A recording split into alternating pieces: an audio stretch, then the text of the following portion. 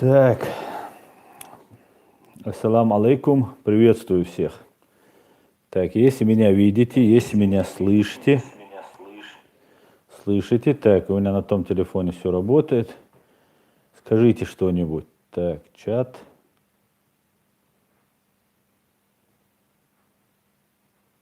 Так, всем салам, в субботу был эфир. Нет, не было в субботу эфира, леди 9074. Ассалам алейкум, алейкум салам. Путлер, террорист и оккупант. Хешвоха. Хешу. Все отлично, значит, меня слышно. Так. Ночью 95. Ассалам алейкум. Дал дукуавио аслан цхабор зюква. Ва алейкум салам. Иштрибор заяцерсом. Так, как же сделать так, чтобы это не пропадали? Так, приветствую всех. Хорошо видно, слышно. Так, нас сейчас пока 60 человек. Так, буду смотреть сюда.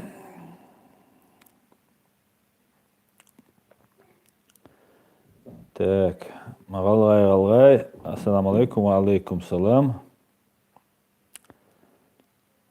Так.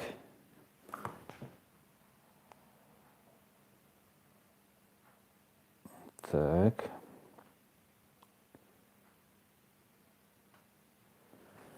Все.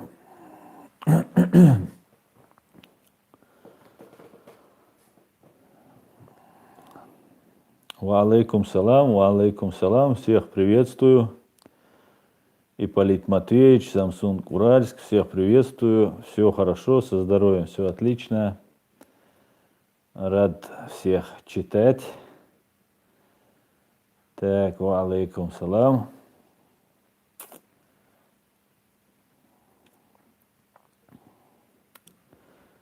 Так.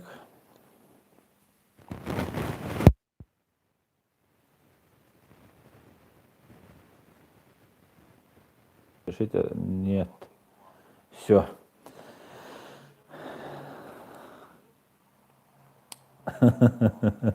Кибор заменяется то.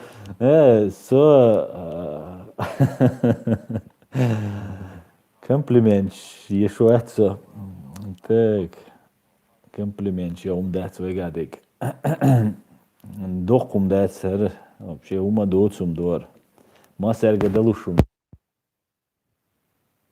Подключение. Как сейчас меня слышно? Как меня слышно? Хорошо ли меня слышно? Скажите что-нибудь.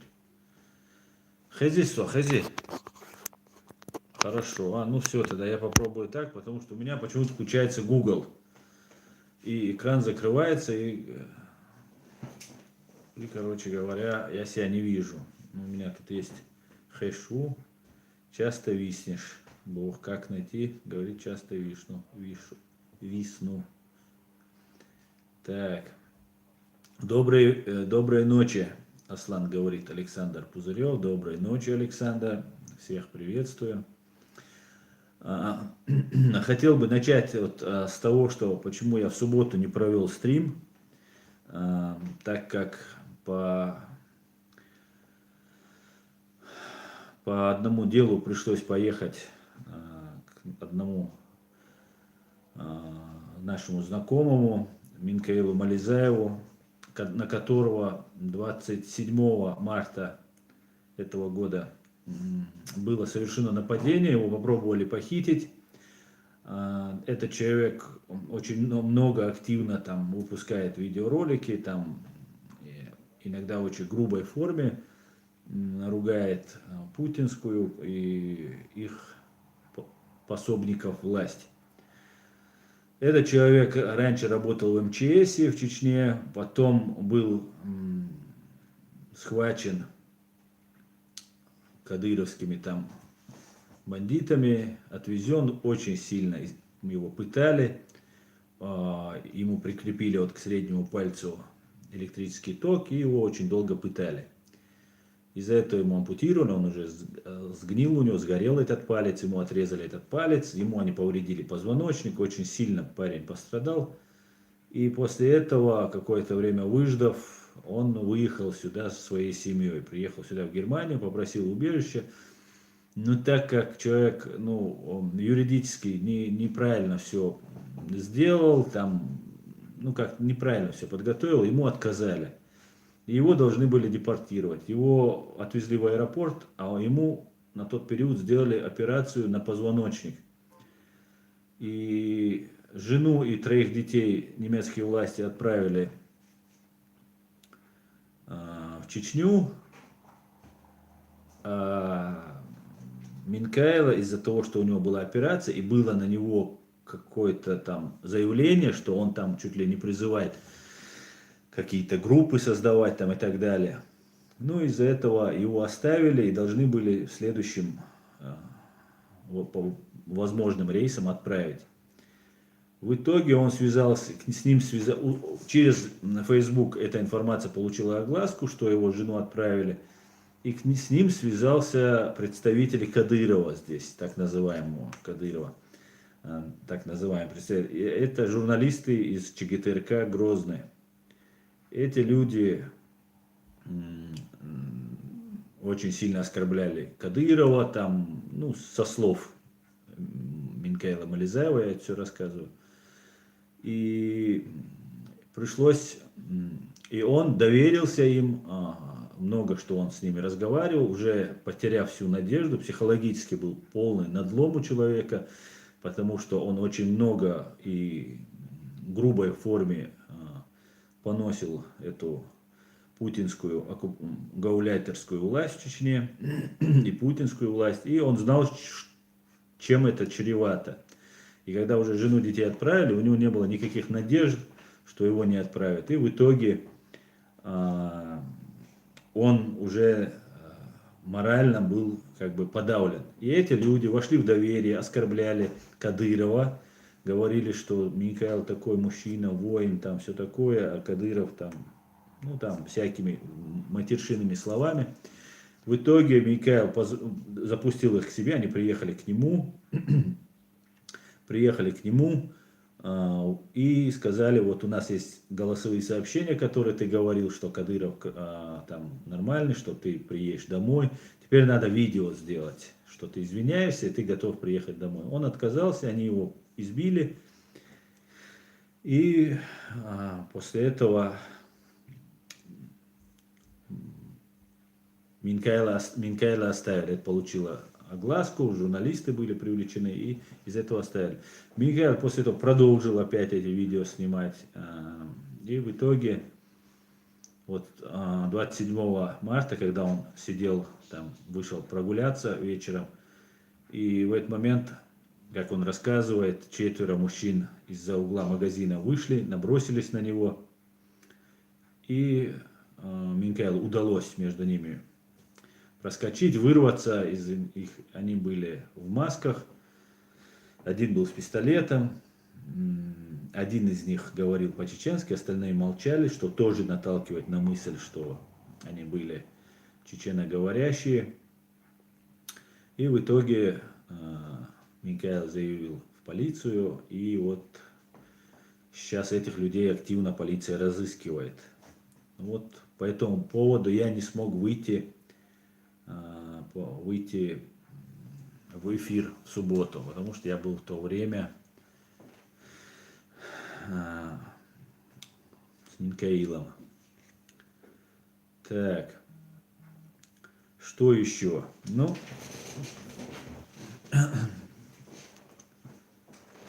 Джонни МакАлистер спрашивает: Аслан, тут твое местоположение, название стоит Гамбург. Эти данные не опасно показывать? Вдруг как-то взломать удастся точный адрес через геолокацию?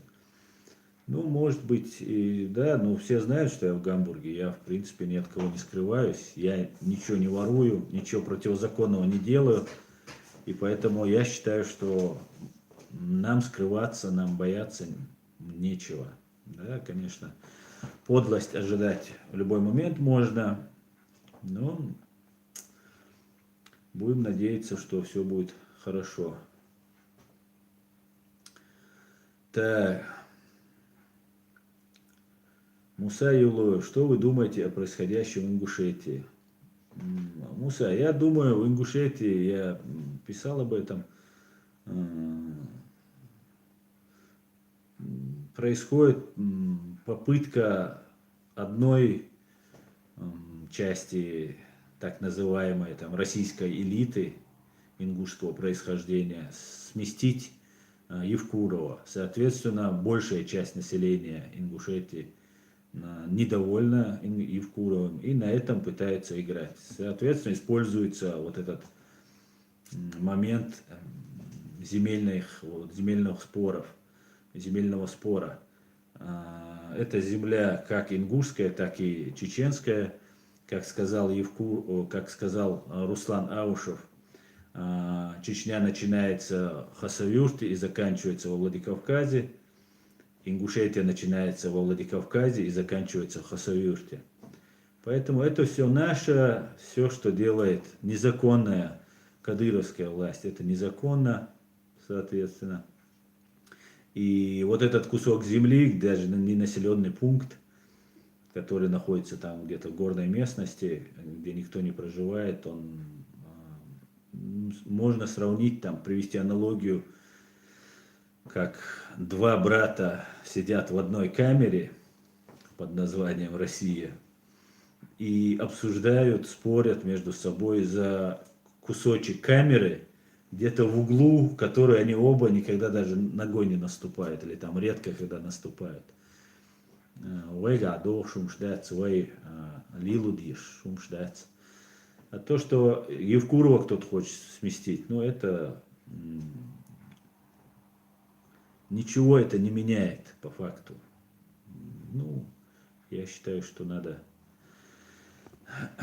чтобы бороться не за смену Евкурова, да, а за то, чтобы имперская Россия перестала быть имперской, стала демократическим, нормальным государством, где у ингушей будут такие же права, как у других граждан этой страны. И если ингуши захотят, бескровно они смогут провести референдум и выйти из состава, из состава вот этой России. Это законное право всех. Ну вот, если так кратко, то вот так по Ингушетии. Так, Руслан Шуан. Аслан, я ингуш и согласен с тобой, ты настоящий Новчу война. Так, Баркал Руслан. Так.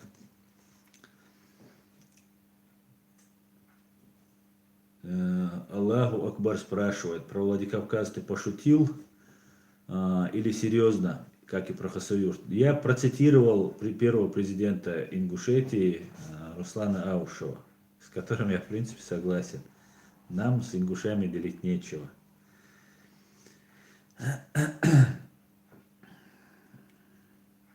Так, что скажешь о Мансуре Старом? Я Мансура Старого один раз видел, ничего не могу сказать. Так, Ипполит Матвеевич, Темишева интервью смотрели, Аслан. Очень неоднозначно сложилось мнение об этом человеке. Знакомы ли вы с ним и велика ли его деятельность в Европе и какие у него заслуги в становлении чеченского государства? Ну, я не знаком с ним, о такой личности я как бы слышал, но вклад его, я не думаю, что велик. По крайней мере, его имя не было на слуху. И те люди, которые реально стоят у истоков нашего государства, они не отдают ему должное. Так вот. Так.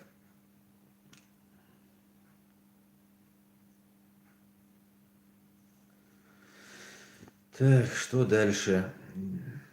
Так, Аллаху Акбар говорит, я не понимаю, вы все на эту Осетию как голодные волки смотрите и говорите все, что хотите без крови. Ну почему же? Никто, я, например, не смотрю на на Осетию как голодный волк. Осетины наши соседи, и они имеют право на свою республику. Так.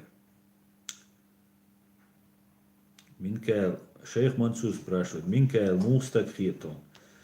Минкаэла Сунаму Сакхиты Минкаэла в данный момент меня спрашивают, Чай Мансур, каким человеком я считаю Минкаэла. Я считаю, Минкаэл обычный чеченский парень, который очень сильно пострадал. Его выбросили эти российские чеченоговорящие полицейские, думая, что он уже умер, там на обочине дороги бросили его, но он выжил, над ним очень сильно издевались, и человек очень сильно психологически и морально травмирован. И из-за того, что он травмирован, там, я знаю, что многие тролли пишут, там, это не обычные люди пишут, а тролли, которые там на задании. Так вот, я бы хотел бы простым, обычным людям сказать, чтобы не оскорбляли Минкаэла. У Минкаэла тяжелейшая ситуация и в данный момент, и в моральном, и психологическом плане этому человеку очень тяжело. И не каждый человек может выдержать. И если мы помогаем сильному человеку, да, мы рассчитываем, может быть, там, на какую-то в дальнейшем от него себе помощь. Но когда мы помогаем, мы должны сильный сам справиться, скажем так. А человек, который не может сам справиться, мы ему должны в первую очередь помогать. Так что вот так вот, я считаю, Минкаэл нормальный парень, просто у него сейчас психологические и моральные очень большие трудности. И нам надо его поддерживать. Так, Магомед Избахаев. Если это не тролли, это утки. Ну, точно. Так, Вайнах про. Ассаламу алейкум, Аслан. Нис боа. Ну, алейкум салам, Вайнах про. Ёкарный бабай. Аслан, ты говоришь, что ингуши в камере, как и мы. Но они считают себя частью России. Даже на тех митингах звучали такие слова, типа они хотят жить в большой стране, а нас они сами присягнули России давно. Ну, если так исходить, Ёкарный бабай, то, конечно, ты найдешь и чеченцев, которые так говорят. Но потом можно еще найти ингушей, которые отдали свои жизни, борясь за нашу свободу. Да? Ингушей оставалось в России, а они боролись за нашу свободу. Поэтому нам не надо акцентировать на этих вещах внимание, нам надо акцентировать на другом внимание, если мы хотим найти своих единомышленников, если мы хотим понять это все. Когда чеченцы выходят, то, что сделали над нами, геноцид, который над нами произвели русские, это произвело очень сильный эффект как на русских, так и на наших соседей Кавказа, и на другие народы, которые закабалены Россией. И когда чеченцы выходят там многотысячными митингами, да, и говорят, что мы за Россию, среди ингушей находятся те, кто тоже подвержен пропаганде, обману, который является конформистом, который хочет устроиться. И, конечно же, они на этом фоне, кто-то этим воспользуется и скажет, что мы никогда не хотели отделиться, Чечня хотела, мы-то всегда были. И это тоже будет, и я это наблюдал, когда была очень активная фаза геноцида в Чечне, я наблюдал за другими кавказскими народами, которые себя противопоставляли нам, чтобы понравиться русским. Это тоже было. Но при этом надо понимать, что все кавказские народы, и в первую очередь ингуши, огромный вклад сделали в борьбе нашей страны, как приезжие из Ингушетии, так и наши граждане Ичкерии, которые проживали. Так что не надо нам делиться, нам и так хватает проблем и разделения. Так.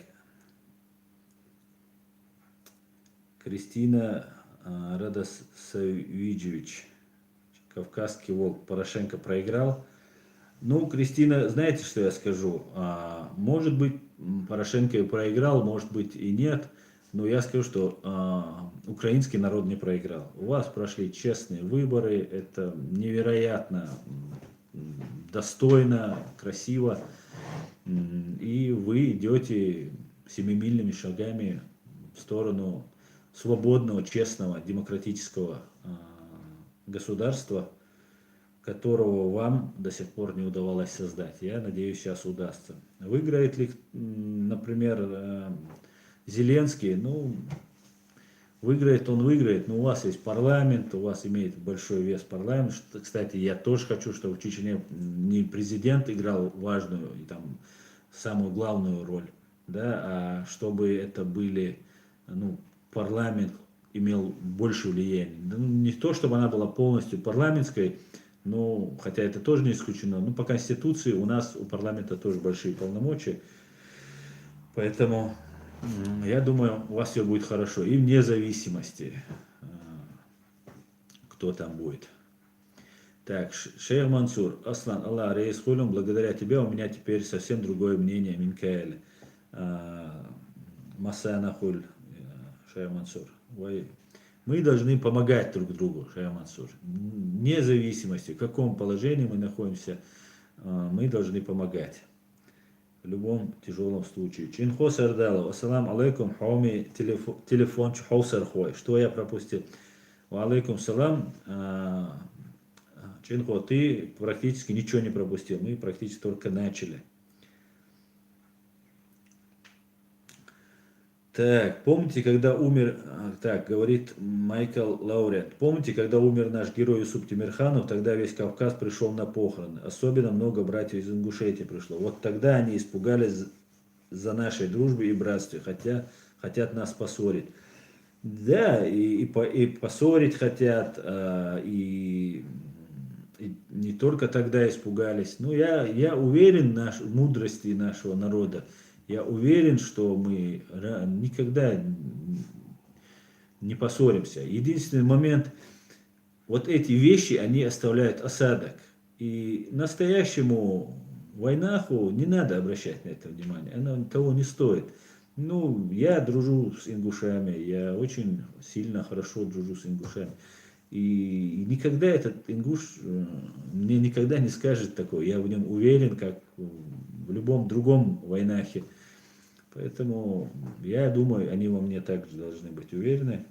По крайней мере, я так думаю. Джонни МакАлистер, Аслан, такие персоны, как Удугов, Щервани, Басаев, Нухаев и так далее, залегли на дно и отошли от дел. Почему о них ничего не слышно и не видно? Я не знаю, Джонни МакАлистер, я не знаю. Ну, может, уже состарились, может, уже устали, может, угроза у них очень серьезная. Может, еще что-то. Не знаю. Ну, Кавказ-центр работает, который Удуговский, я так понимаю. Так.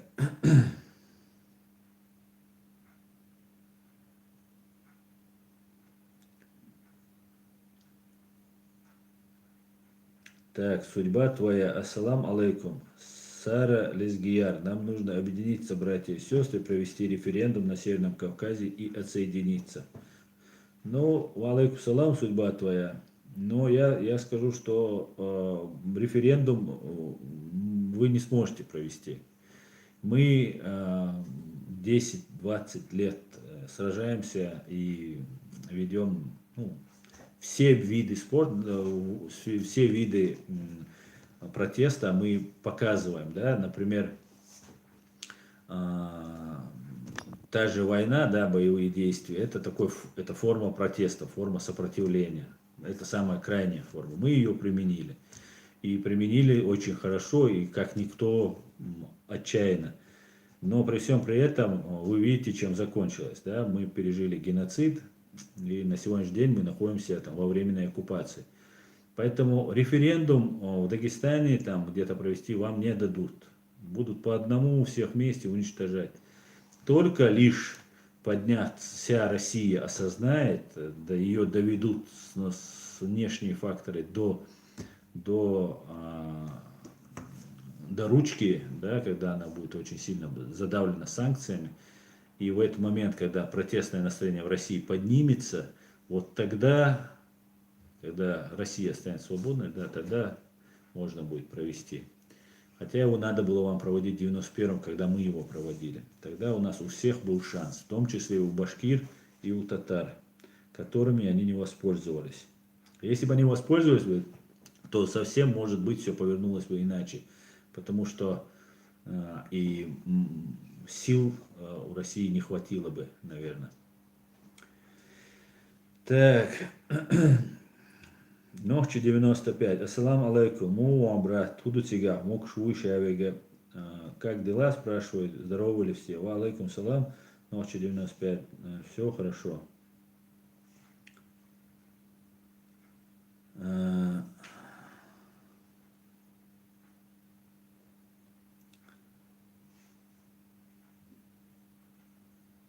Ёхарный бабай, говорит. Да, он к бою обращается. Аслам, почему Басаев не помог в 98 году Бараеву Гудермесе? Тел Пранк спрашивает. Я не знаю. Я не знаю. Не знаю, почему не помог и так далее. Иса Кокурхоев. Да, я жил в Грозном, Иса. Меня спрашивают, жил я в Грозном.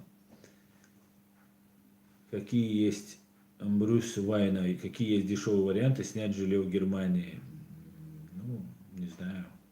Здесь недешево, я скажу, особенно в Гамбурге. Так.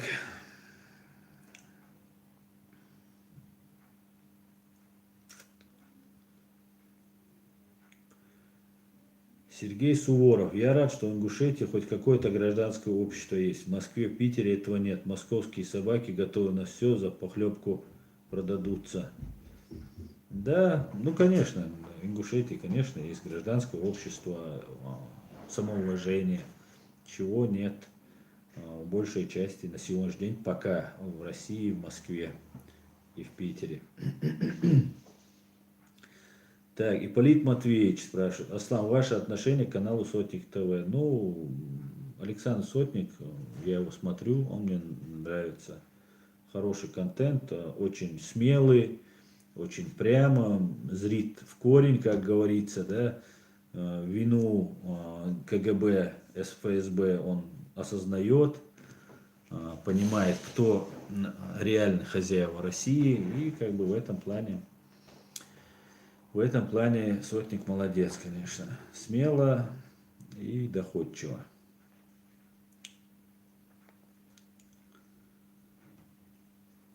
Так, Альберт Нохчу, Аллах Атту Буэльха.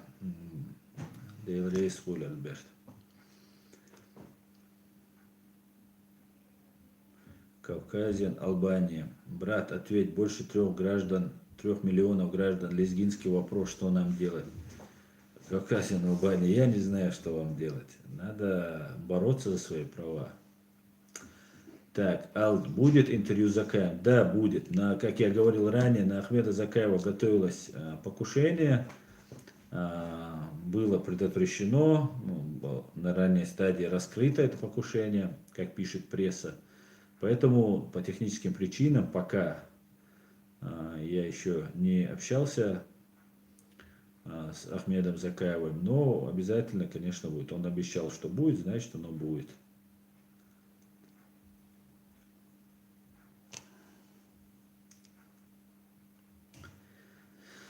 Так, я уже третью смс отправил. Ты можешь ответить? Можем поговорить с тобой по телефону или по видеосвязи? Справедливость, говорит. Справедливость. Я физически не успеваю просто со всеми общаться. Если у тебя какие-то темы есть, напиши тему обсуждения, да, она же должна быть не только тебе интересна, она должна мне интересна быть, там, для моих зрителей интересна. Поэтому ты не обижайся, если я не отвечаю. Я практически всем пытаюсь отвечать. Но не всегда просто я успеваю, получается, да, там, ну, разные просто пишут, и не все, далеко не все дружественные или там, или не все там желающие мне хорошего там здоровья. Аслан, ты сотрудник гестапо, говорит Тим Санджун. Нет, я не сотрудник ни гестапо, ни КГБ, который был похуже гестапо. Есть даже сегодняшнее ФСБ хуже того гестапо. Я вам со всей ответственностью могу это сообщить. Так. Аслан Алгай спрашивает, Аслан, что бы, если бы не было второй русско-чеченской войны? Ингушетия была бы уже независимым государством, возможно, мы бы объединились бы в одну страну, Кавказ был бы независимым и так далее. Потому что после того, как Ичкерия стала независимой и другие страны, ну, Россия пошла бы по демократическому пути. Только в таком случае Ичкерия могла стать независимой. Не по имперскому пути, а по независимой. Так, далее. Не замечаешь, Дункан Маклауд говорит, не замечаешь вопросы в Казахстане. Интересно ваше мнение. Я говорил о Казахстане, я просто не специалист в этой области, как бы я всех тонкостей не знаю, но я знаю, что человек 30 лет не может управлять властью, и потом передавать своему какому-то там родственнику. Это, во-первых, незаконно, во-вторых, казахи заслуживают намного большего. Просто я больше ничего не могу сказать по этому поводу.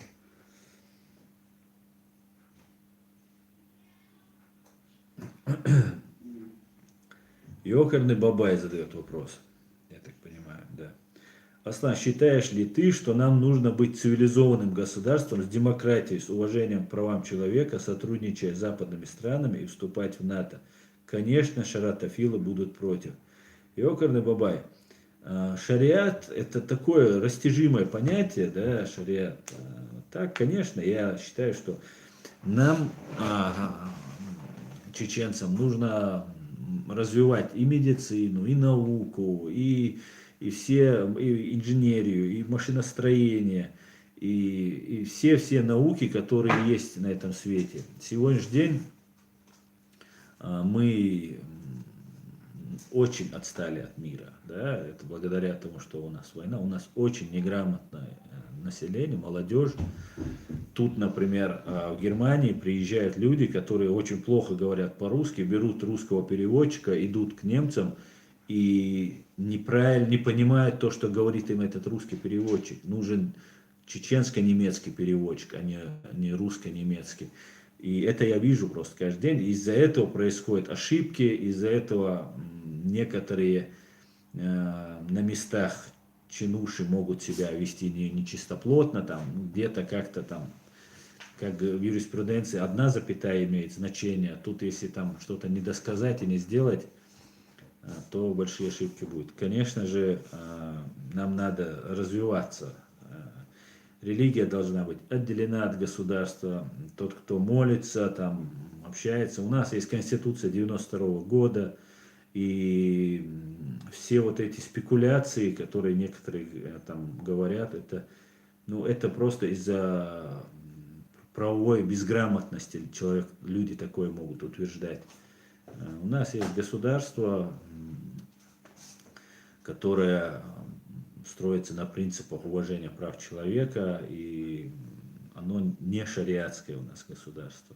Да, когда-нибудь, может быть, мы придем к шариатскому государству, когда мы там, 10 лет, 20 лет, 30 лет подготовим наше общество, подготовим всех людей, когда вот этот вопрос там шариат, там исламское государство сейчас ассоциируется вот с организацией ИГИЛ, да, которая ну, полностью дискредитировала. Если это делалось не для полной дискредитации ислама какими-то врагами ислама, я другого не вижу.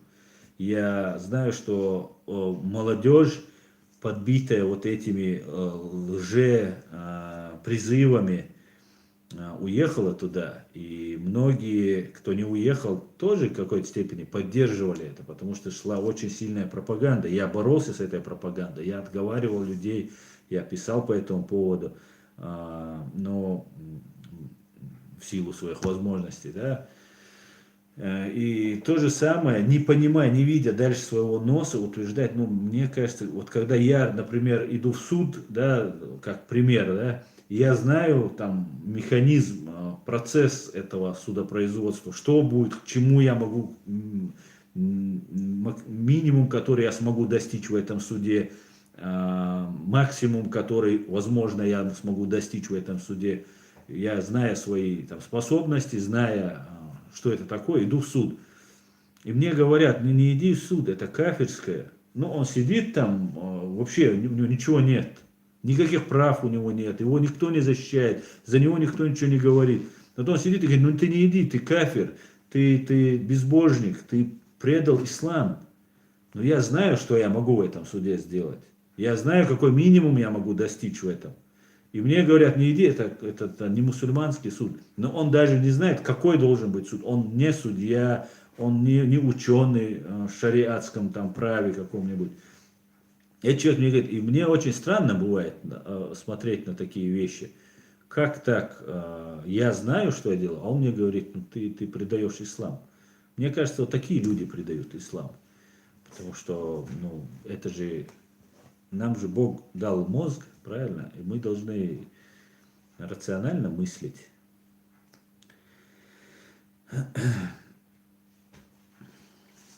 Да, Олег Станкевич, я выступаю за светское государство, где религия, ислам, который является основной нашей религией, переплетена с обычаями нашими, с адатами, да, так называемыми, и где наша конституция не противоречит исламу. Вот, демократия это не есть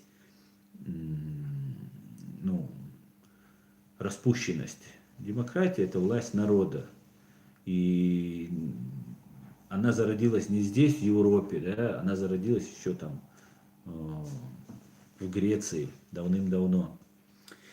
Так, да, давайте вот про шариат много не будем говорить, потому что, во-первых, я не ученый ислама, во-вторых, если есть какой-то специалист ислама, ну, реальный специалист, который имеет высшее образование и так далее, то я бы хотел бы вот с ним это обсуждать, да, задавать вопросы, выслушивать, какой-то такой диалог, чтобы был.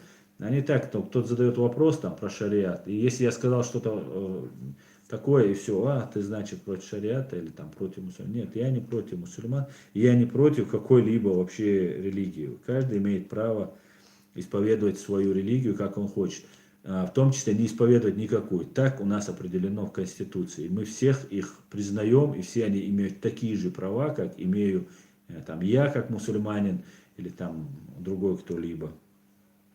В том числе это касается и суфистов, и тот, кто делает зикр, и так далее.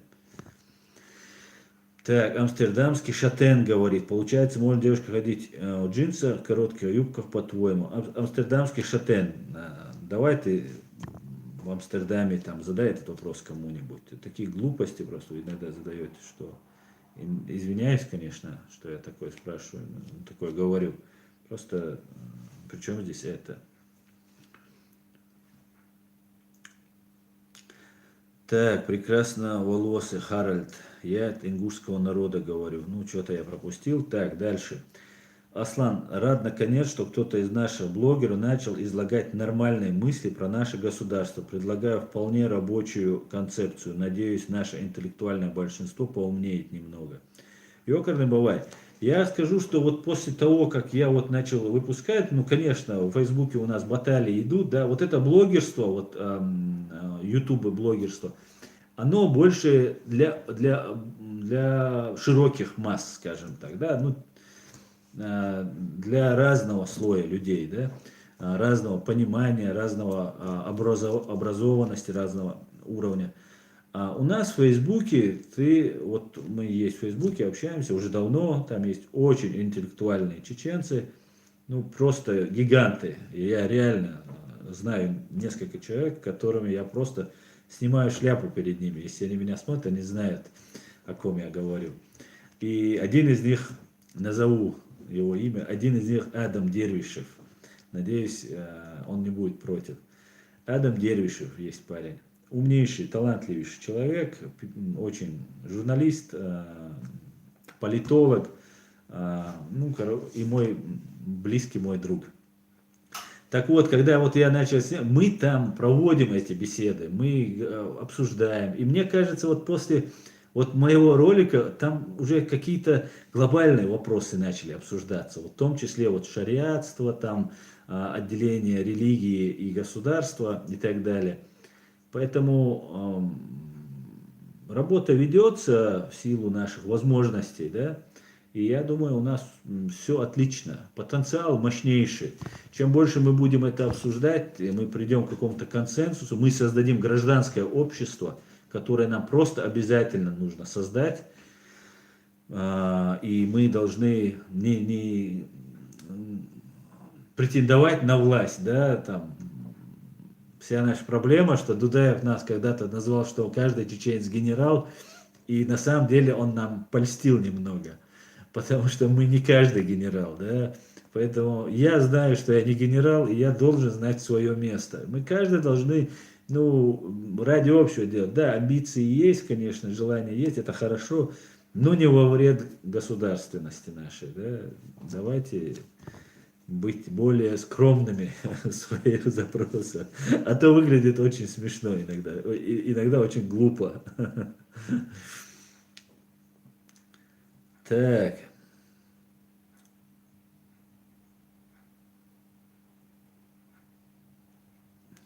так, поехали дальше.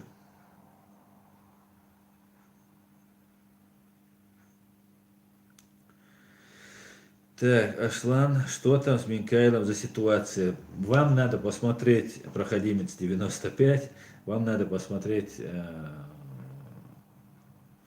чуть-чуть мой стрим вперед. В самом начале я как раз рассказал историю про Минкайла Мализаева. Так, зачем ты пачкаешь свое имя, связавшись с этим Мализаем, говорит человек-невидимка. Человек-невидимка. Вот, по-моему, вот с невидимками связываться не надо. Я не пачкаю ни свое имя, ни Минкайла. Минкайл, ох, миску. А, что он там? Так, добрый Георгий Че, добрый вам. Аслан, возможно ли объединение Ичкерии и Ингушетии в одно государство? И что этому мешает, кроме российского фактора? Ну, ничего не мешает этому. Я думаю, это возможно, теоретически возможно все. Практически, ну, когда российского фактора не будет, да, оккупантов, это такой маленький фактор такой. Вот если его не будет, то мы сами решим, и там, как говорил Джохар Дудаев, что скажет его величество народ.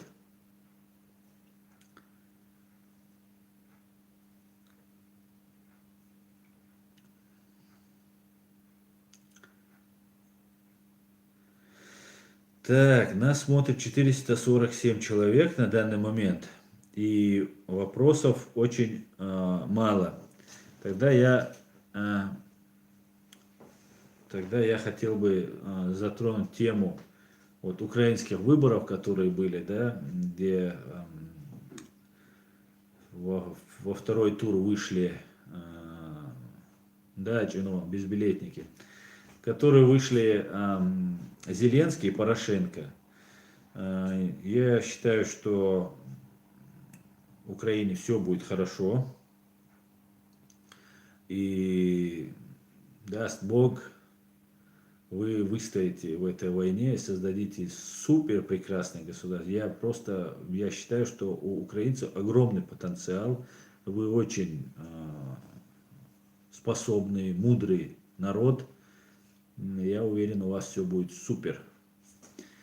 Так, надеемся на победу Порошенко, говорит Владислав Бойчук. Я тоже на это надеюсь, но ничего страшного, даже если не выиграет. И я думаю, у Зеленского не будет много вариантов навредить, да, при всем желании даже, да, Украине, если парламент просто не позволит этого.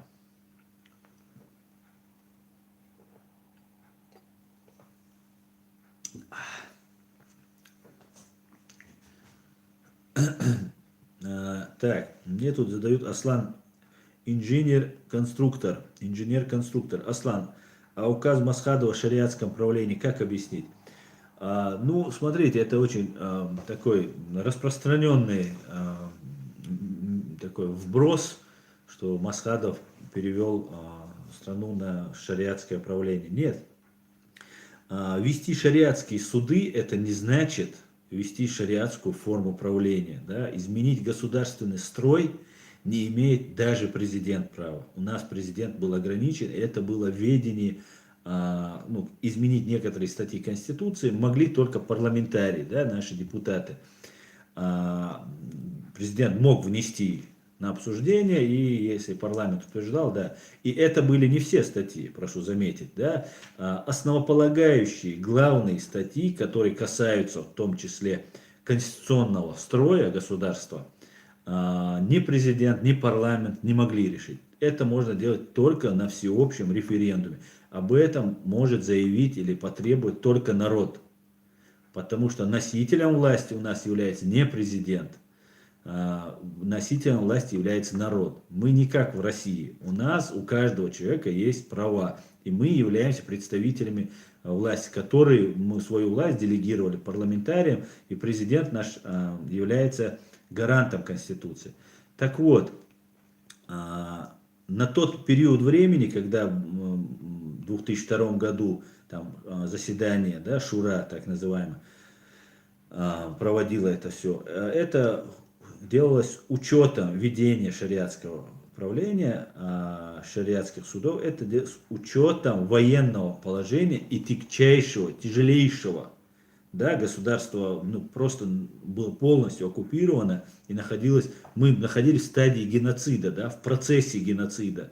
И в это время Масхадов принимает какое-то решение. Соответственно, на период войны некоторые вещи они приостанавливают, да, действие некоторых законов приостанавливается. И у нас не было закона о военном положении, потому что мы не успели все это принять. И, соответственно, не с чем было Масхадову свои действия координировать, да, согласовывать, сравнивать, под какую статью, как все это делать. Поэтому и первое, что, да, простое самое, что бросается в глаза, что Масхадов не менял конституционного строя Чеченской Республики Ичкерия и переводил его в шариатский, да, из нашего демократического. Это то, что Масхадов продолжил именоваться президентом. И Абдул-Халим Садулаев тоже продолжил именоваться президентом. Так как президента Конституции быть в шариатском государстве не может. Понимаете? Поэтому, да, шариатские суды, они должны быть, там, те же похороны, свадьбы, какие-нибудь такие дела должны решаться не только в гражданском, да, судопроизводстве, они должны решаться и в шариатском, так как мы мусульмане, и есть вопросы, которые мы обязаны решать. Те же брачные, семейные, да, отношения должны решаться в шариатском праве. Поэтому, да, шариат ввел полностью, изменил, да, или там отстранился, да, я считаю юридически верно сказать, что Докка Умаров самоотстранился от управления нашим государством, ввел Докка Умаров. Он перестал именоваться президентом, он объявил о полном шариатском ведении, да, это да, но так как наше государство было построено на выборности, где люди принимали на референдуме, ну, огромный, весь народ принимал участие, Докка Умаров не имел права принимать такое решение. Он мог себя сложить полномочия и заняться какой-то другой деятельностью, что он в принципе и сделал. Но он сказал, что он как бы это государство переводит в шариатскую форму. Но на самом деле он не имел права этого делать. Соответственно, Закаев, наши депутаты в первую очередь, да, как там Хусейн Исханов рассказывал, они провели выборы между собой и избрали, подняли это знамя нашей Ичкерии, и Ичкерия существует. Так, дальше я сейчас пропущу, только сразу на меня не ругайтесь, что я вас пропускаю, потому что я сейчас отвечал долго.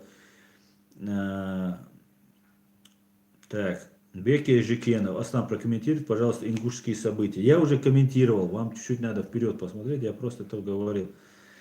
Так, Серлу, Аслан, допустим, Тахан Нохчи Выбаш Хильч Хан Кажтосер Барвейшим. Серло спрашивает, если бы сегодня были бы выборы президента, за кого бы мы проголосовали бы с ним?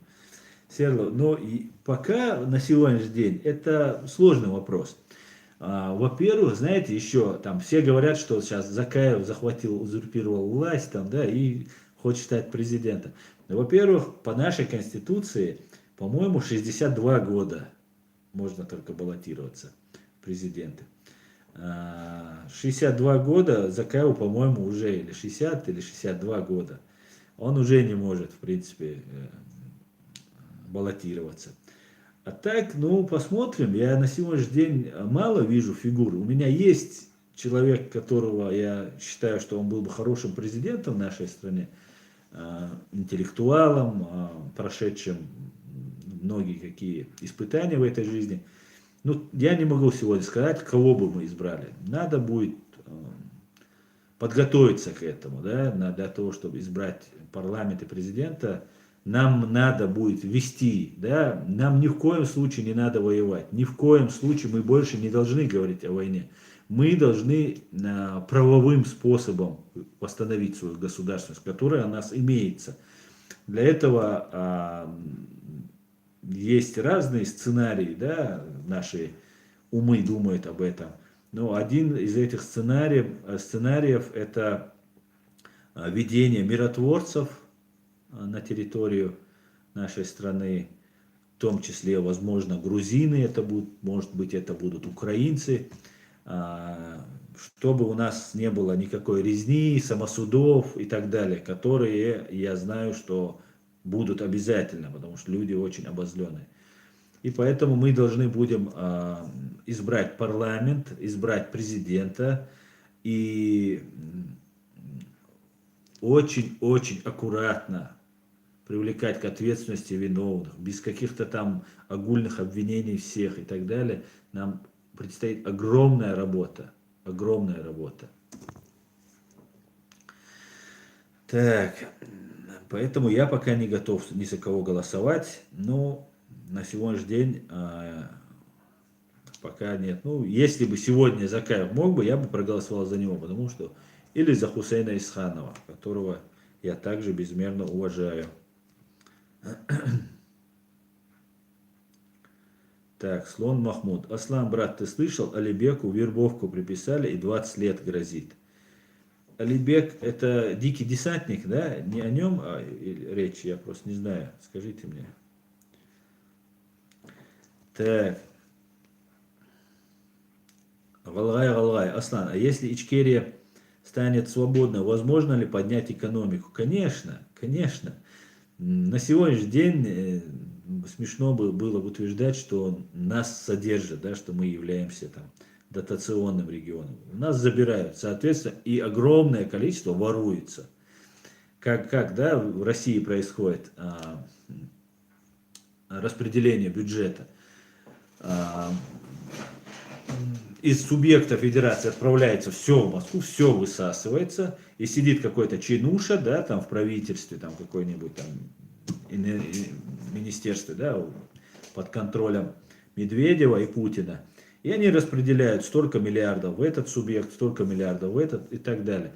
И для того, чтобы эти деньги получить, из субъектов приезжают другие чинуши, которые говорят, вот у нас такая-то статья расходов, нам столько-то, столько-то надо.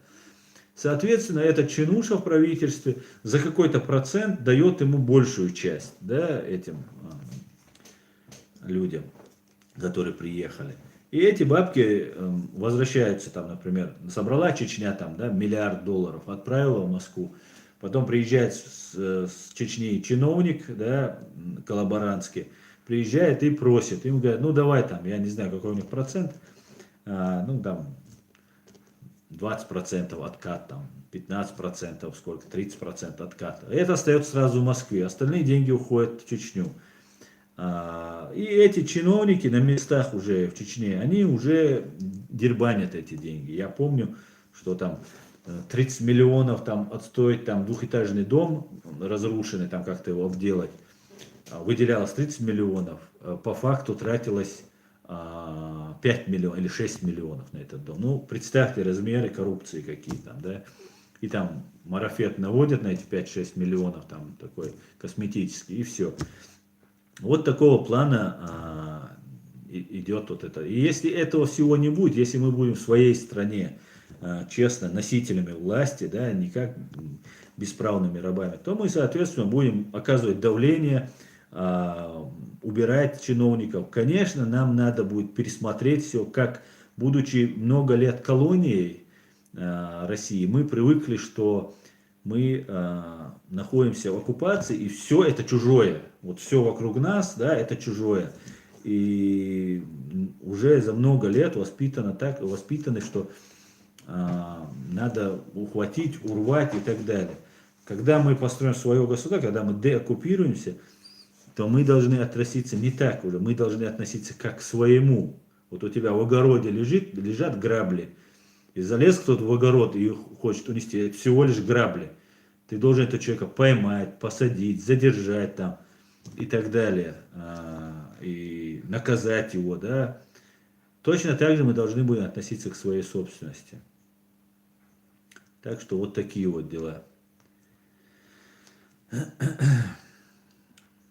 Поэтому я думаю, мы будем жить очень хорошо. Нам предстоит теперь испытание медными трубами.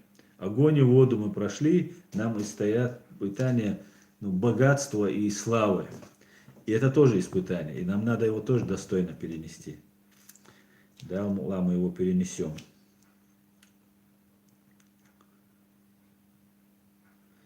Так, Олег Станкевич говорит, вся надежда не на войну, а на нынешнюю элиту Российской Федерации, пока она идеально действует на развал. Ну, как сказать, не так уж, чтобы они идеально. Да, у них есть проколы, но это проколы не из-за того, что они неправильно действуют, а из-за того, что им противодействуют, да, в том числе украинцы на сегодняшний день. Мы долго противодействуем, сейчас украинцы очень хорошо дали по зубам. Так, ёкарный бабай справили. Я читал, что по результатам соцопроса в Украине больше половины опрошенных украинцев относятся к России не как к врагу. Думаю, это доказывает, что деятельность Интерват очень важна, твоя тоже. Да, я думаю, да, в Украине еще совковость. Еще, знаете, не столько совковость, сколько вот этот синдром стокгольмский, так называемый, да, когда ты думаешь, что с этими людьми все-таки, Порошенко плохой, они же говорят все время, Порошенко плохой, Порошенко плохой, и они надеются, если бы это был бы не Порошенко, вот он Путин, вот с другим можно было бы договориться. Нет, уважаемые украинцы, нет, еще раз, мы это все проходили. Нам говорили, Басаев плохой после Первой войны, он террорист, там, все, не голосуйте за него, там, и так далее. И мы тоже, чем радикальней с ними президент, тем, уверяю вас, для вашей страны это лучше. Просто поверьте опыту. Так, Иван Васильевич Иван Васильевич Иванович. Ассаламу алейкум, Асан. Насчет ковчега в Чечне что-нибудь говорят там наши? Нет, ничего не говорят. Я не особо верю, что там есть какой-то ковчег. Ну, я был бы рад, конечно, если он там был. Конечно, кто бы этому не был бы рад. Но я думаю, 2 экскаватора, человек Кадырову, который там какой-то там туристический там устраивает супер регион, хочет из этого сделать, послать 2 экскаватора, раскопать и показать, что там реально есть ковчег, не состоял никакого, да, Камацу 2 экскаватора отправить, и за 2 недели они бы там все перерыли бы. Так, несерьезно как-то. Ну, так, чтобы привлекать туристов, вот это миф, утка, она, конечно, да, тогда раскапывать не надо. Вдруг раскопаем, там ничего не найдем. Так, Дедусик ТВ, витаю, Аслан, честь. Витаю, Дедусик. Так. Что вы думаете по поводу строительства китайского завода на Байкале? Ну, завод, наверное, по добыче воды, да? Ну, все идет своим чередом. Пока путинские бандиты грабят Россию, китайцы ее прибирают к рукам. Джонни МакАлистер, сионские мудрецы говорят, что приходит же антихрист, Даджал. уже строится третий храм Соломона. Церемониальное утварь давно приготовлено. Слышал об этом? Не только не слышал, но и не верю в это. То, что там готовится, знаете, когда в Сирии вот эта война началась, все говорили, это война судного дня, это последняя война, там в святой земле Шама сейчас все будет, там сейчас это появится. И, ну, столько зла, несправедливости. Да, зло, несправедливость, ну, колоссальная, это глупо отрицать. Но я тогда задавал ребятам, которые там мне говорили, что надо ехать там в этот, ну, там, разные там возникали мысли, когда это заразили всех вот этой идеологией. Я говорил, ну а помните, Вторая мировая война была, все страны в Европе воевали, 100 миллионов человек погибло. Разве тогда не думали, что вот конец света? Задумайтесь над этим. Это был конец, когда, как не тогда он должен был случиться. Поэтому всему свое время, я думаю, рано нам еще до конца света, ну, по крайней мере, за каждое вот этот какой-нибудь там военное действие, там, я думаю, что надо нам сразу уже ожидать конца света. Нам надо жить, как будто мы никогда не умрем, ну и быть готовым к смерти, конечно. Так, Эдам Вольф. Как Закаев может быть премьер-министром Ичкерии, если его никто не избрал? Чеченцы, живущие в Европе, должны избрать для себя лидера. Этот Закаев играет на все фронта, и он половину не сделал для чеченца. Ну, Адам Вольф, ну, во-первых, если ты смотрел, у меня здесь есть видео, где Хусейн Исханов рассказывает, как они избирали его, во-первых. Премьер-министра народ не должен избрать. Даже если бы его избрал бы народ, мы потом сказали, что в Чечне находится там большая часть не проголосовала, что тут не это, то не то. Поэтому есть юридические процедуры, которые только из-за того, что там Адам Вольф захотел, чтобы что-то изменилось, это ничего не меняется. И что я тут делаю, да, проведу какие-то там стримы, доношу какую-то информацию до людей, это не значит, что я заслуживаю какого-то особого внимания, да, или кто-либо другой. Поэтому Ахмед Закаев победил в первой русско-чеченской войне, стоял у истоков нашего государства, продолжает стоять. То есть, знаете, то знамя, которое сейчас он несет, да, которое есть в Ичкерии, которое мы признаем, за ним это, да, в его руках это знамя признаем.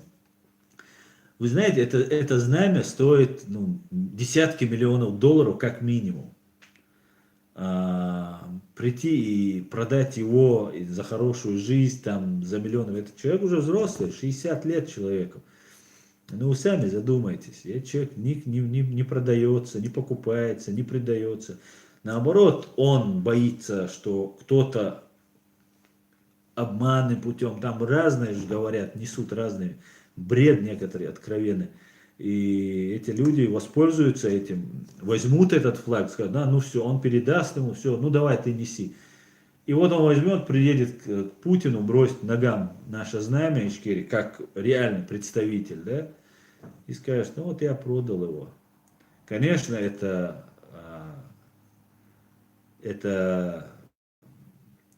не значит, что мы прекратим, да, кто бы ни взял и не поехал туда. Но юридически это выглядит как представитель власти, который сдался и заключил новый мир. У нас в 1997 году подписан российско-чеченский договор о мире. Так вот, другого нет. И они не могут в одностороннем порядке его расторгнуть, понимаете? Они не могут расторгнуть, потому что соглашение подписано двумя сторонами. И мы вернемся к этому договору. И в 2017 году, на 20-летие этого подписания договора, российские оппозиционеры и наши представители Закаева и другие подписали новые, что они привержены, российская часть оппозиции привержена тому договору, который они подписали в 1997 году. И наши подтвердили, да, в лице Закаева и других, что они согласны с этим. Поэтому у нас есть власть, давайте не будем сами себе стрелять в ногу. как я уже говорил, давайте не будем себе вредить.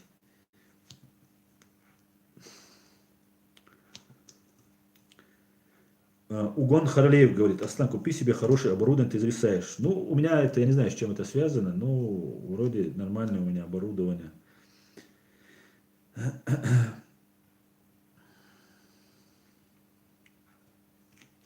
Samsung A5 говорит. Закая вацари ичкери бо дождь дейнхи дар Закаев с первого дня кахвикшу. Если бы не Закаев, то слово Ичкери уже давно потерялось бы, и Закаев с первых дней трудится на этом пути. Да, ну, может быть, не потерялось бы, да, нашлись бы, все равно у нас есть люди, которые будут нести. Но в этот момент Закаев и наши депутаты оказались, там не только Закаеве, да, мы говорим Закаев, там много людей, на самом деле, там десятки человек, ну, там, ну, 10, ну, не знаю точно сейчас сказать, да, достаточное количество людей. И эти люди не дали бы это, но они оказались первые, кто вот в это время, но они находились во власти, и они как бы сделали все правильно. Это был очень мудрый и своевременный ход, который они сделали, который я тогда не понимал, и так как не вникал это все, и теперь я это хорошо понимаю. Иван Васильевич Иванович, хорошо сказал Аслан, можешь с Кутаевым поговоришь в прямом эфире? Да, я не знаю Кутаева, о чем мне с ним говорить. Так, далее. Я пропускаю вопросы, ребят, так что вы тут извиняйте. Дудаев Гуард. Ахмед Закаев, будущий президент ЧРИ. Дал Мула. Слава Украине. Закаев, герой Ичкерии, говорит Сергей Суворов. Героям слава, Сергей.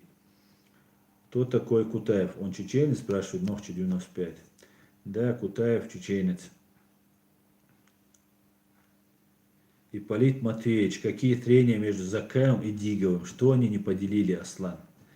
Я не могу сейчас это все сказать, но ответить на все эти вопросы. У меня есть какие-то предположения, но это не то, чтобы сейчас я мог об этом говорить.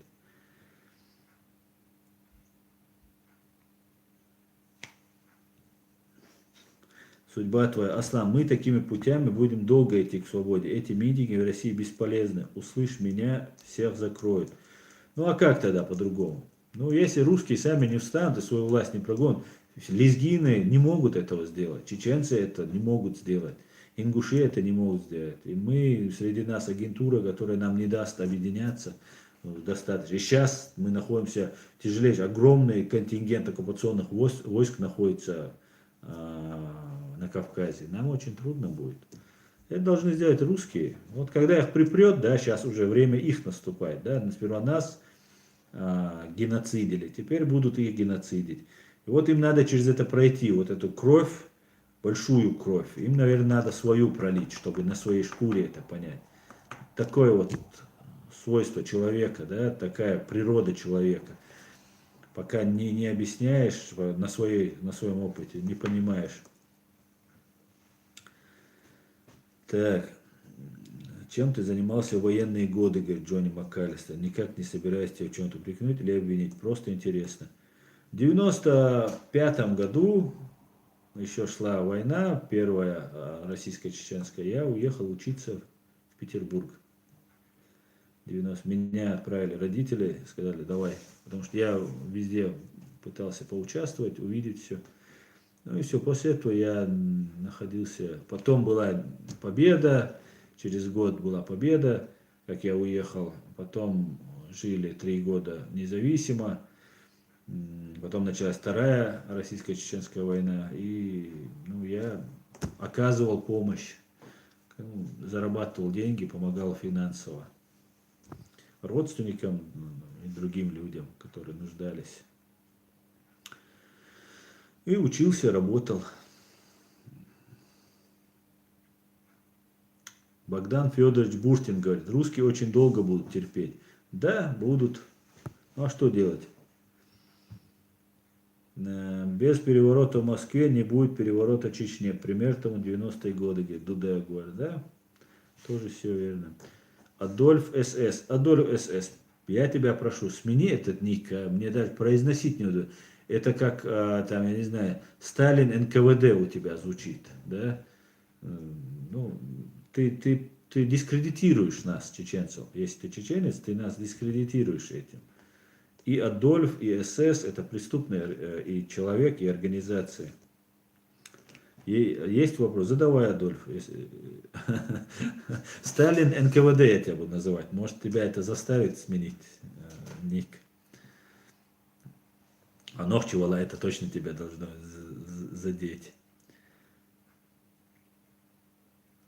Так, Samsung A5 говорит. Аслан, Богом наган войзак цазакая вар кинаш иш бойзаш бацар ичкери боц эдаягат дага Имарат Кавказ али ФСБшный проект юкаяхкара. Да, ну Samsung говорит, Samsung опять говорит, что Закаев был узнаваем, и из-за этого он смог реанимировать. Да, совершенно верно. На сегодняшний день Закаев узнаваем, принимаем. Вот в прошлом году они летали в Литву, и их пригласили в Сейм, да, в парламент Литвы. И когда они там зашли туда, их несколько человек, вот, зал весь встал и им аплодировали. Да, Закаева узнают, и нашу борьбу ичкерийскую узнают, и признают, и гордятся нами. Поэтому мы должны продолжить это дело. Сейчас это уже не сложно. Да? Сейчас это уже не сложно. Так, враг моего врага мой друг, и со Сталин нам не по пути, сонохчеву, говорит Адольф. Сталин СС говорит. Сталин СС, Сталин НКВД. Враг моего врага не всегда нам друг. Нам Гитлер не друг. Нам закидывают утки, что там Гитлер сказал, что там нас не трогать там и так далее. Ну, во-первых, он не был на Кавказе, и никто не подтверждает, что он так говорил. При этом Гитлер убивал бы нас, он просто хотел воспользоваться нашими услугами, зная, что мы воины, и у нас есть там проблемы. Хотел нас использовать. Но так как он не добрался до нас, он не смог нас использовать, и поэтому нам такие друзья не нужны. Нам такие друзья не нужны.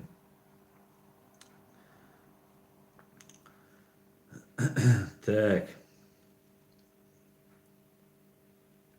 Влад Шульга говорит, у меня есть вопрос. Вы слышали, что американцы говорили Порошенко, как побороть коррупцию, но он сделал по-своему. Сможете прокомментировать?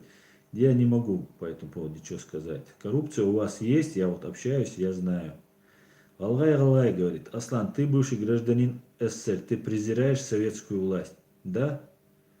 Я считаю, это преступная власть, которая должна быть как нацизм осуждена.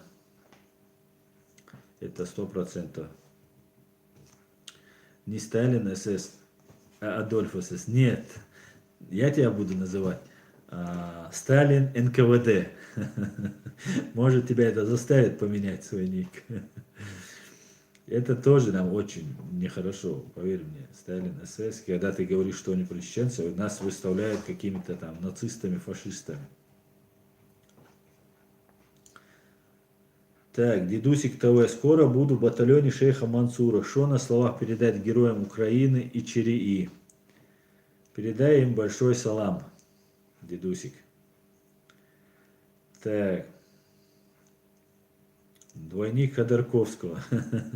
Мне стоило подстричься и стать похожим на Ходорковского. До этого меня называли Николасом Кейджем, когда волосы были чуть-чуть подлиннее. Так, если чатите если хотите независимость, Литва хороший пример. Да, согласен, Витаутас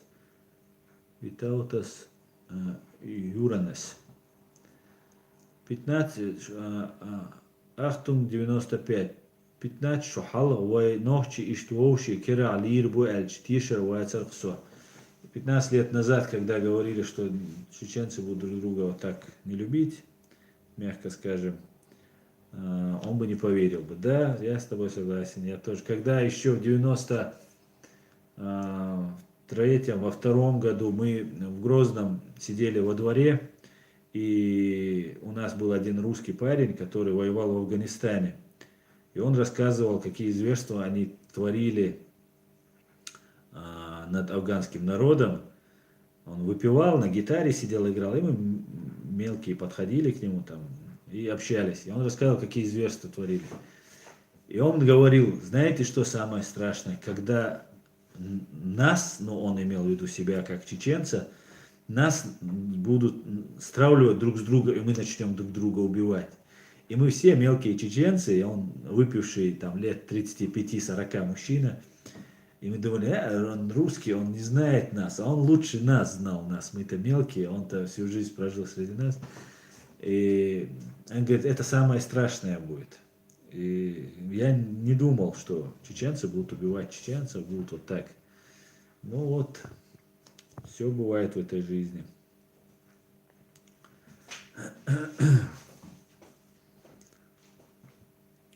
Я не знаю, Влад Шурга, кто лучше, Порошенко или Зеленский. Это решать украинскому народу. Freedom Чечня написал на Gmail, прочти потом, Аслан. Ну, я, в принципе, всегда читаю. На какой Gmail просто, ну, я их все читаю. Так. Да-да-да, Freedom Чечня, я уже написал.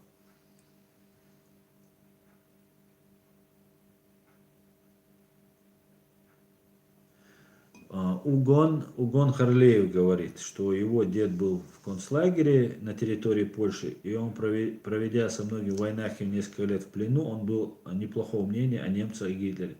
Ну, все относительно, да. На тот период, конечно, Гитлер для нас казался лучшим. Но если сравнивать вообще, то Гитлер тоже был преступником.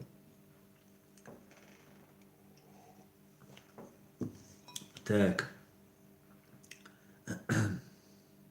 Так, Аслан, я задал тебе неудобный вопрос, говорит Борн Аслан. Почему ты проигнорировал?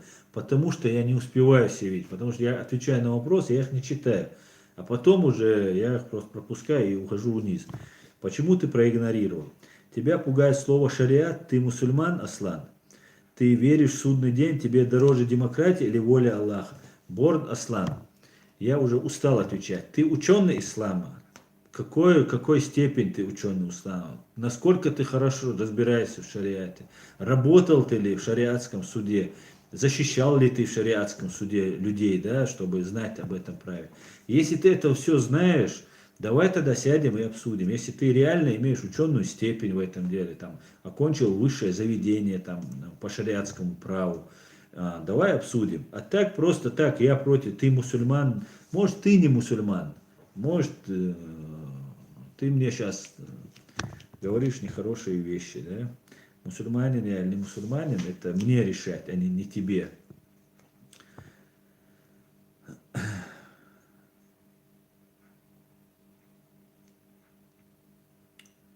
Так, Иван Красилич. Привет, Аслан, восхищаюсь твоим просвещением и правдой. Спасибо, Иван. Так, да все, Freedom Чечня, я уже прочитал, не спами.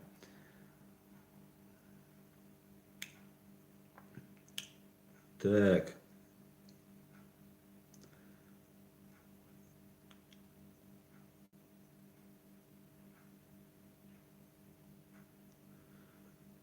Так, я, короче говоря, пойду сам вниз. Так, без сахара. Аслан, если ингуши считают, что земля передана чеченцам и уходят на митинг, то что делать чеченцам, которые тоже считают, что земля чеченцев? Почему никто из ингушей не говорит о том? Ну, мы это обсуждали с ингушами по поводу Ингушетии. Это все решится.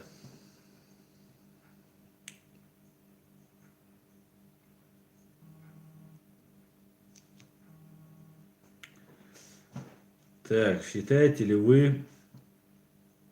Так, потерял вопрос. Ну, мне тут звонят, и я, короче говоря, так.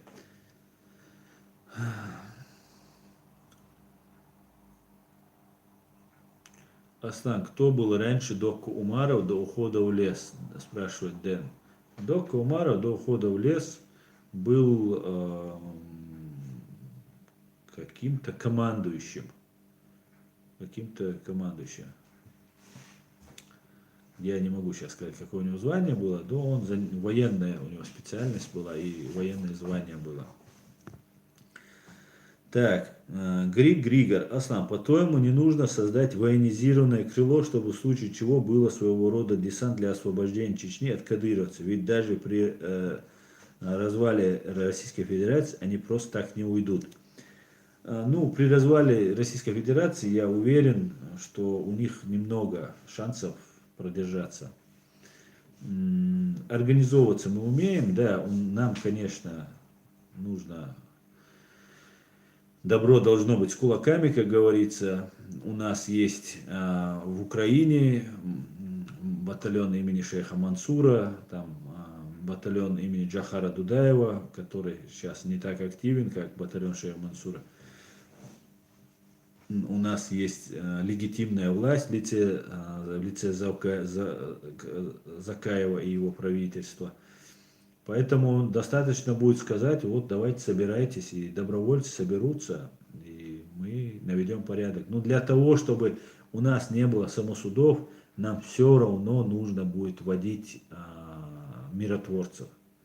Потому что вот этот момент, вот сейчас многие сейчас специально вот этот забрасывают эту информацию, Закаев нелегитимен, там это, там то, все.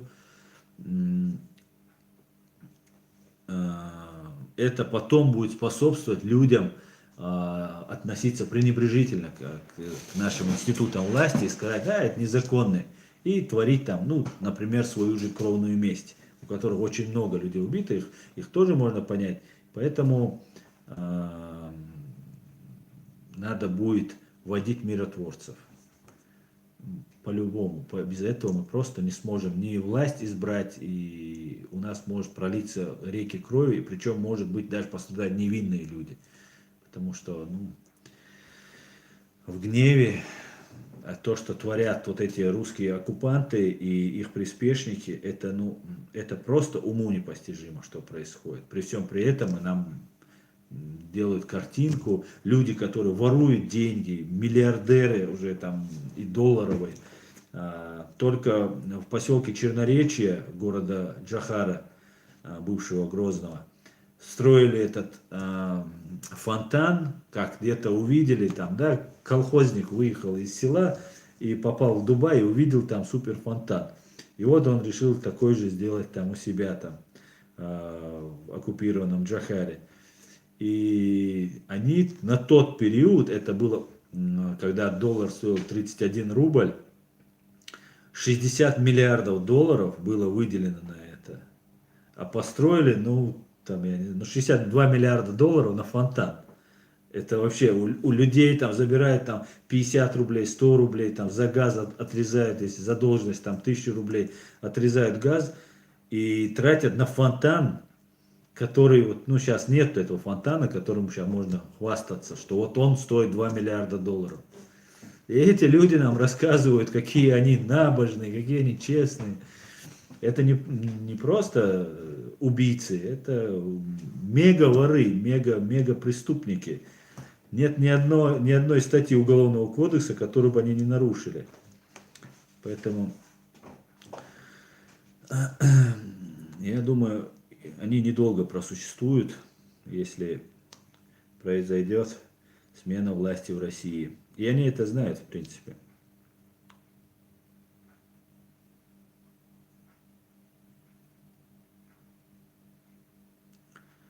Ёкарный бабай. Да, ёкарный бабай, я просто не хочу цитировать человека, это просто дом 2 просто получается. И это как там, я не знаю. Так, поищи, подключи платформу для вывода сообщений, донатов, эфир, Аслан. Freedom Чечня говорит. Freedom Чечня. Донат.ру, я уже отдельно вырезал это свое обращение. Донат.ру это российская платформа, и все, кто будет донатить через Донат.ру, это оплата через российский, и как бы спецслужбы России узнают, да, данные, кто делает. Поэтому я не устанавливал никакой Донат.ру, но здесь Да, я вот вас уведомляю, мне тут говорят там, помочь в этом, помочь то. Я не имею финансовой возможности сейчас помогать всем. Так вот, здесь в самом Ютубе есть суперчат называется. Вы можете задать вопрос, и чтобы не обижаться на меня, что я не прочитал этот вопрос, вы можете, и он будет отдельно высвечен, и я его всегда увижу, и обязательно всегда его прочитаю. Если вы хотите задавать такой вопрос, чтобы да, я его всегда увидел. Донат.ру я не устанавливаю специально, потому что это может навредить там, или информацию может получить, например, наши враги. А так, буду рад с удовольствием увидеть, как вы задаете вопросы через суперчат.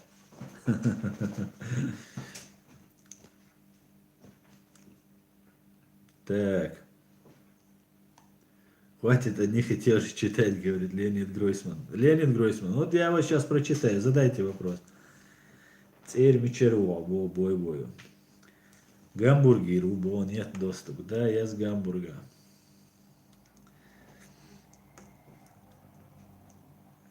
Так. Анс Вольф спрашивает. Аслан, позитив есть у тебя? Да, у меня есть позитив, да. У меня юридически все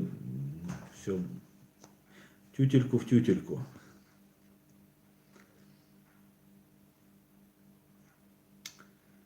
Так, шейх Мансур задает вопрос.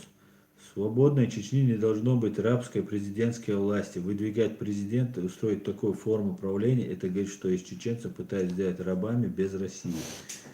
И без России. Ну, шейх Мансур, я не согласен с тобой. Почему же рабы? Это временно исполняющий. Если его восхвалять как там падишах и там все такое, да, тогда да.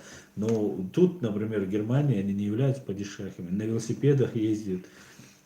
Поэтому я считаю, это менеджер, который ты берешь, вот у тебя есть компания, да, фирма, у тебя не хватает времени, способностей там каких-то управлять, от отцов тебе досталось.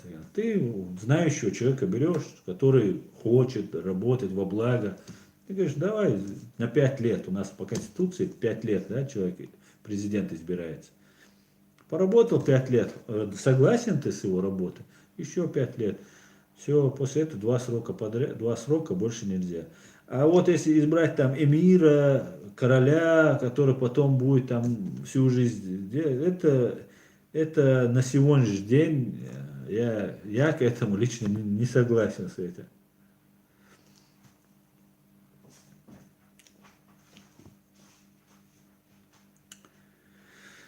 Так, если можно, ваше мнение о Шамиле Басаеве в общих чертах, говорит Георг Че.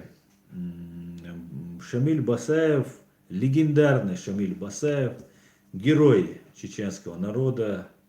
Совершал ли он ошибки? Совершал, но герой и лучший из лучших сынов чеченского народа. Джонни МакКаллистер, Аслан, как тебе идея нацвалюты наподобие золотого динара? Ведь золото не теряет в цене и не зависит от валютных фондов и банковской системы. Ну, я считаю, что нам не нужно вводить золотой динар, потому что, во-первых, золото оно теряет в цене, и это не всегда удобно. Сейчас мир переходит в электронным деньгам переходит, и нам сейчас вводить золото. Да, эквивалент можно ставить нашей цены какой-нибудь там, но с другой стороны, этим должны заниматься специалисты. Это должны быть экономисты, которые в зависимости... это очень сложный вопрос, да. Но я считаю, что нам больше надо идти к электронным деньгам, чем золотым, вот, то, что раньше было, да.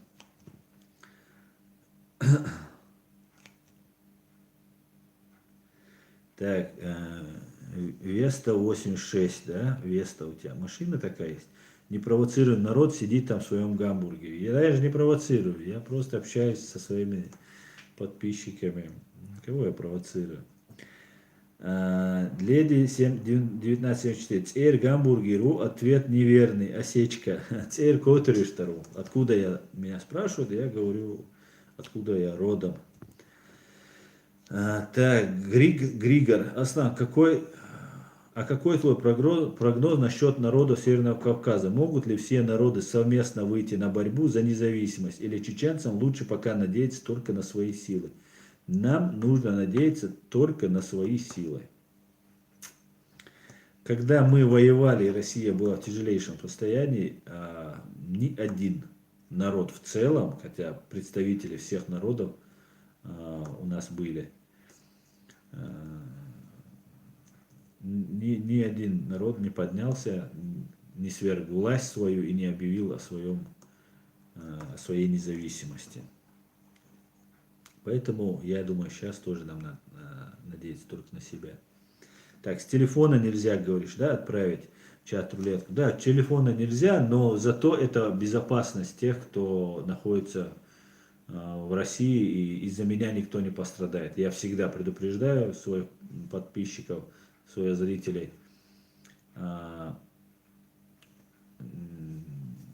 Берегите, в первую очередь, думайте о своей безопасности.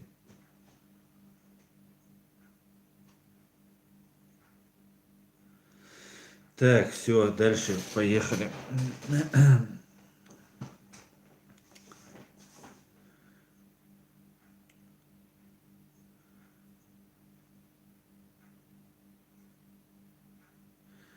Шея Мансур говорит, нам эмиры и короли не нужны, у нас своя форма правления, мехкан кел, равноправие, где каждый имеет право говорить, думаю, это идеальный вариант для нашего народа.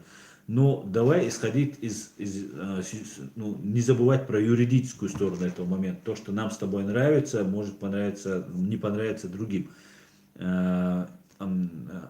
Сталин, НКВД. Я тебя не игнорирую, я просто не увидел. Сейчас я отвечу на вопрос. Задай, пожалуйста, еще раз свой вопрос, чтобы я его увидел. Поэтому Мехкел, у нас есть Конституция. Мы можем действовать только в соответствии с Конституцией. Хотим мы изменить, мы должны этот вопрос поднять среди народа, подготовить этот народ, призвать этот народ и провести референдум. Да? Это очень сложный вопрос.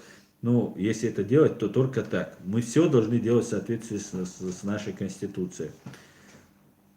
Амир, дагестанцы воевали за Ичкерию. Да, Амир, я это не отрицаю. Воевали, тысячи лучших сынов Дагестана погибли. Я имел в виду про весь народ, который должен был свергнуть свою власть и установить у себя независимое дагестанское правительство. Так, Тимур Вольфберг. Аслан, Ичкери паспорт, дагетер мухетон. Как ты считаешь, как ты относишься к тому, чтобы делать ичкерийские паспорта? Я считаю, что это очень правильно. Это надо делать. Во-первых, мы показываем европейцам, потому что это открытая информация на сайте правительства Ичкерии, кто сделал, сколько количества, не кто сделал, а какое количество сделано паспортов. Это как бы показать, сколько человек, чеченцев, привержены к нашей к нашему пути. И это внесение какой-то своей лепты в это. Конечно, я считаю, что это, да, надо делать. Так, за Ичкерию они не воевали, Адольф СС говорит. Сталин НКВД говорит. Так.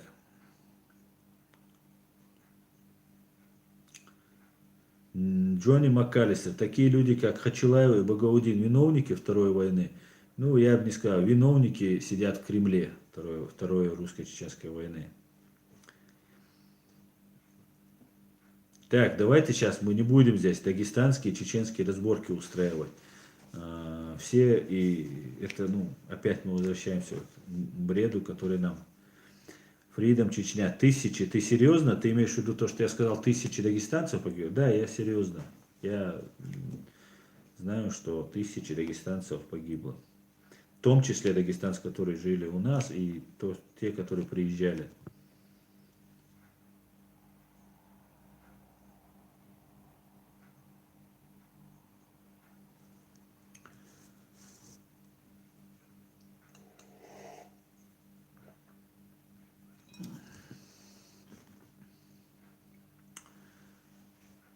Захар Чучеев.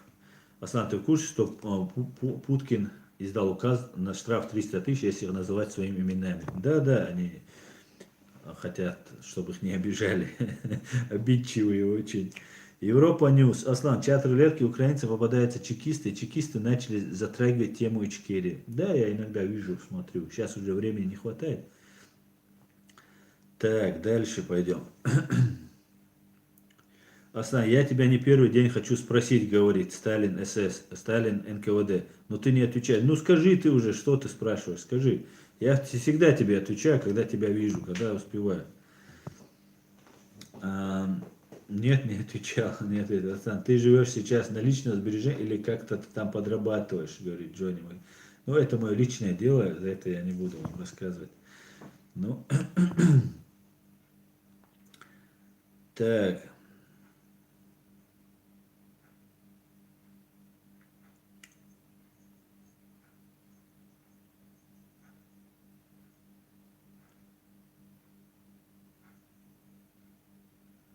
С кем разговаривать? Я не понял.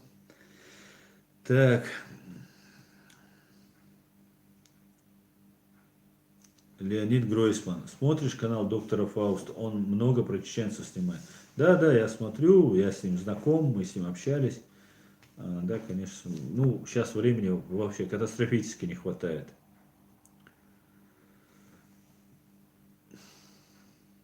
Адольф, этот, как его? Сталин, НКВД. Как с тобой связаться? E-mail в описании под видео.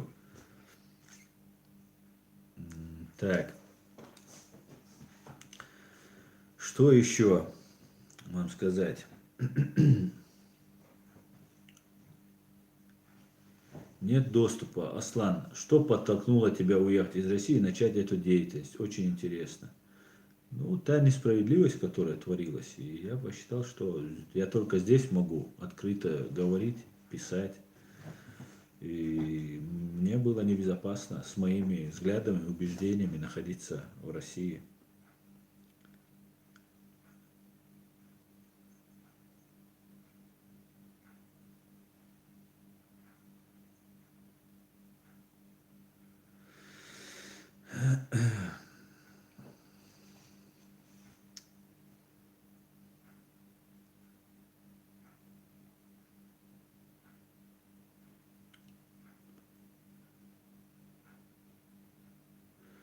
Мутный 06. Когда ты говорил, что Закаев муджахид и герой, ты реально так думаешь или это был сарказм? Я сказал муджахид и воин. Конечно, это констатация факта. Закаев воевал. И я думаю, все я сказал верно. Так, Арчил Мачвариани. Никогда не могу имя твое прочитать. Арчил. По вашим прогнозам, блин, взял и удалил. Когда будет Чечня свободна, по-моему, так было написано, да? Ну, не знаю, Арчил. Ну, спасибо за донат. Так, те, кто за федералов, дагестанцы, а те дагестанцы, которые погибли, помогая чеченцам, не дагестанцы, вот она благодарность. Я уже молчу про тех, кто беженцев у себя принимал. Амир говорит. Амир, давай ты тоже не будешь ругаться. Я тебе говорю, кто-то тебе так говорит. Я, видишь, как один из представителей говорю так. Нам делить нечего. Мы одна кавказская нация. Не ругайтесь. Тот, кто будет ругаться, тот будет блокирован. Аслан, ответь, вы выступали, вы вступите в общение через прямой эфир с джамбоксом и тому подобное? Я не знаю. Ну, о чем с ним можно говорить? Если есть какая-то тема для обсуждения, вы скажите, а так о чем говорить? Ну, я ему скажу, что он преступник. Он скажет, что нет. Я ему обосную, он будет юлить, крутить. Ну и все, о чем с ним говорить? Короче, вот так вот. Так, я был в то время в Грозном, говорит Аслан Джанаргалиев, и видел много чего, но сейчас Чечня лучше, чем тогда, убежали, а кто остался, восстановил Чечню, говорит. Ага.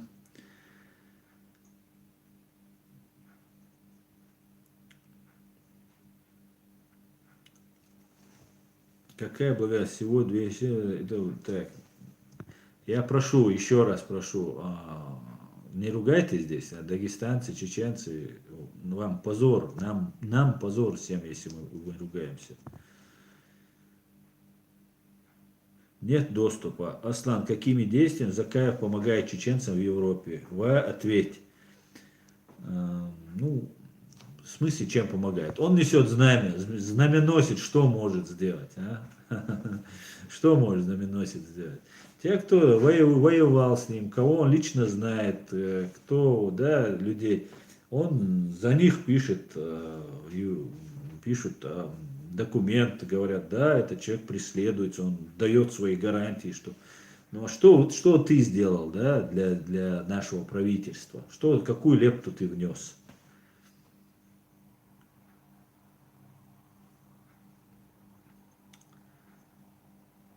Влад Шульган. Не надо русских тоже, надо ругать русских. Говорит. Нет, русских ругать не надо, надо ругать тот, кто заслуживает. Да, всех русских не надо.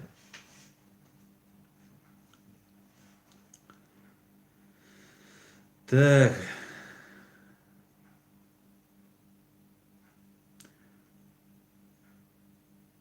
лично так.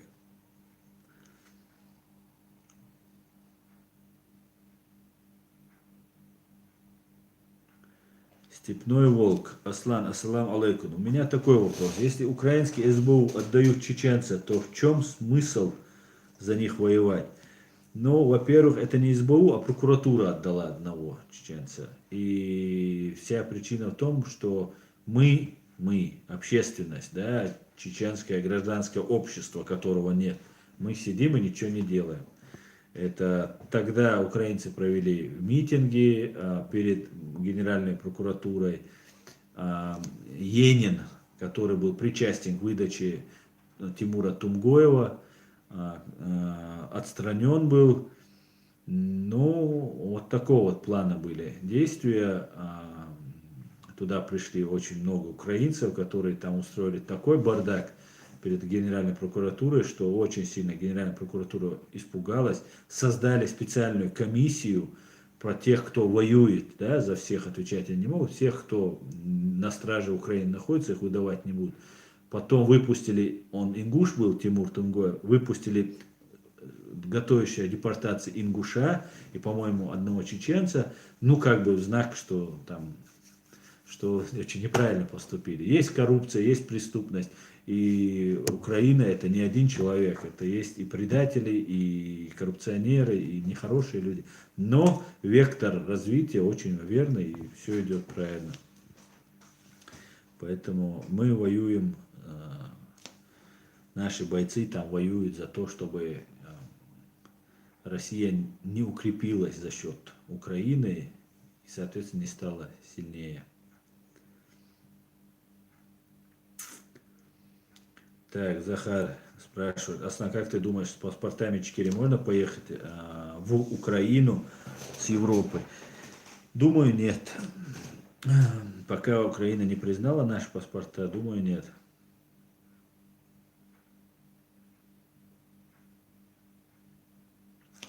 Дэн спрашивает, Аслан, меня забирали в ФСБ, допрашивали, фотографировали, угрожали.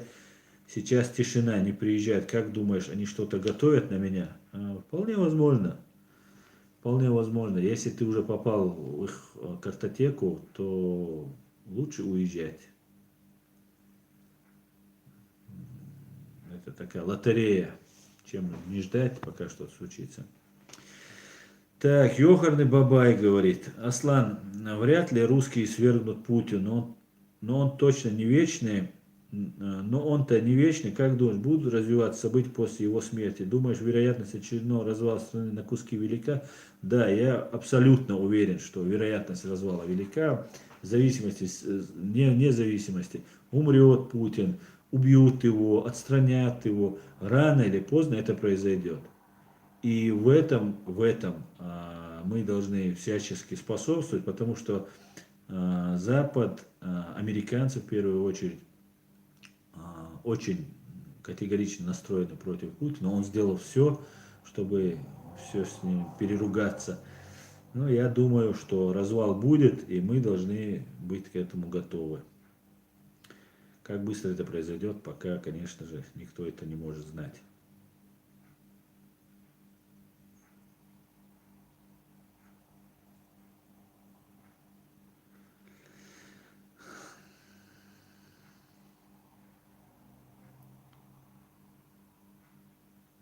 Джо Вайнаски. Аслан, на территории Чечни есть бойцы ЧРИ сейчас? Да, есть. Они сейчас выступают под разными флагами, там кто-то под флагом Эмират Кавказ, там, ну, сумятица, там была внесена очень такая серьезная, но чеченцы в подполье на территории оккупированной Ичкерии есть. Григор, Аслан, а был ли шанс у Ичкерии спастись? И что было, чтобы не было Второй войны? Была ли эта возможность? Ну, это задним числом, конечно, как бы сослагательного наклонения история не имеет, но мне кажется, избежать войну было невозможно, потому что Путину надо было захватить власть. И только скормив нашей кровью, нашими детьми, женщинами вот этот имперский русский народ, так он мог поднять свой авторитет. Что он и сделал. Поэтому если бы не было войны, он бы этого не сделал. Так,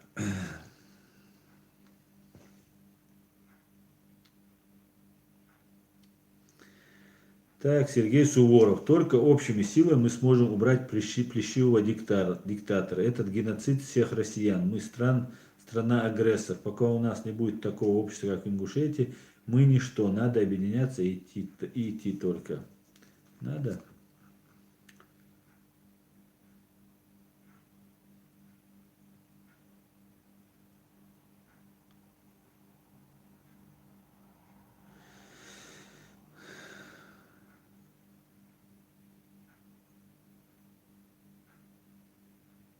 Влад Шульга, отвечая на ваш вопрос, не надо ругать русских. Не было бы Путина, если бы русские такими не были.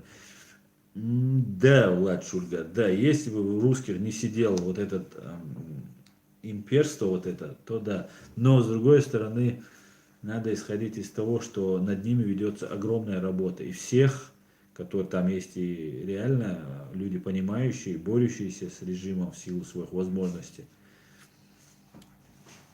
Так что всех, я думаю, не стоит. Ну, конечно, русские заслуживают осуждения за свое поведение, в том числе за военные преступления и геноцид, которые они совершили в Чечне. Так, еще один вопрос, Степной Волк. Если бы Северный Кавказ отсоединился бы и создали бы свое одно единое государство, то могли бы все братские народы жить лучше, чем сейчас в России? Я уверен, что да, Степной Волк. Я уверен, что да.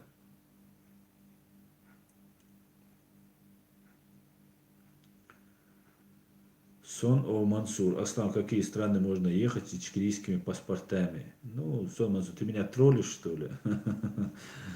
Да? Ну, в любую страну можешь ехать. Почему нет?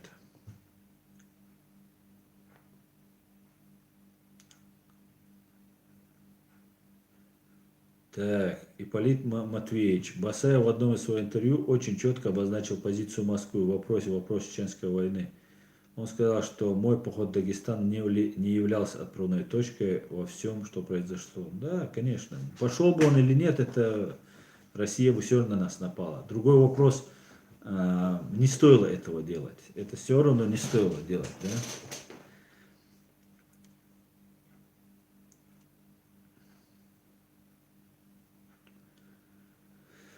Слон Махмуд, Аслан, брат, как бы не было твои старания, оценит Аллах, пусть помощь тебе он будет. Амин.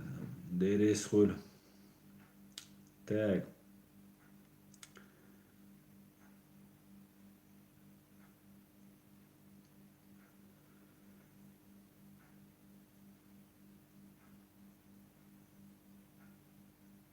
ассалам алейкум.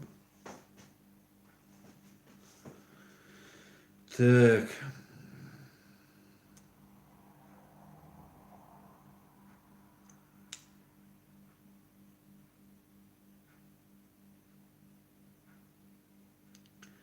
Так, мы уже 1:50 говорим. Ребят, сегодня, мне кажется, на сегодня хватит.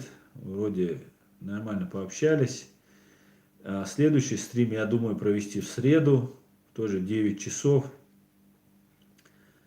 Джо Вайнаскис, можно со мной связаться, e-mail в описании. Так, Аслан, ты в Украине живешь, как я понял? Нет, я живу в Гамбурге. Все тогда, ребят, мы хорошо сегодня пообщались. Приятно было отвечать на ваши вопросы, приятно было общение. Желаю всего самого хорошего. И в среду в 21, если ничего не изменится, в среду в 21 будет следующий стрим. Все, счастливо. Так,